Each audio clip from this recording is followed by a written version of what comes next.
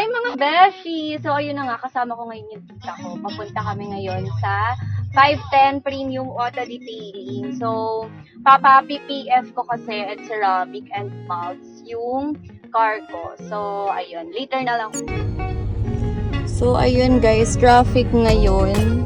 Papunta din sa 510 Premium Auto Detailing. Pero carry lang yan kasi worth it naman yung pagpunta natin doon guys. Ayan.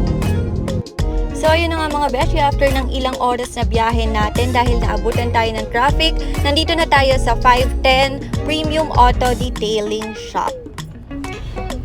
So, eto nga pala guys, yung itsura ng car ko ng pag-turnover ko sa kanila. Then, after ilang days guys, update ko kayo kung ano na yung magiging new look niya.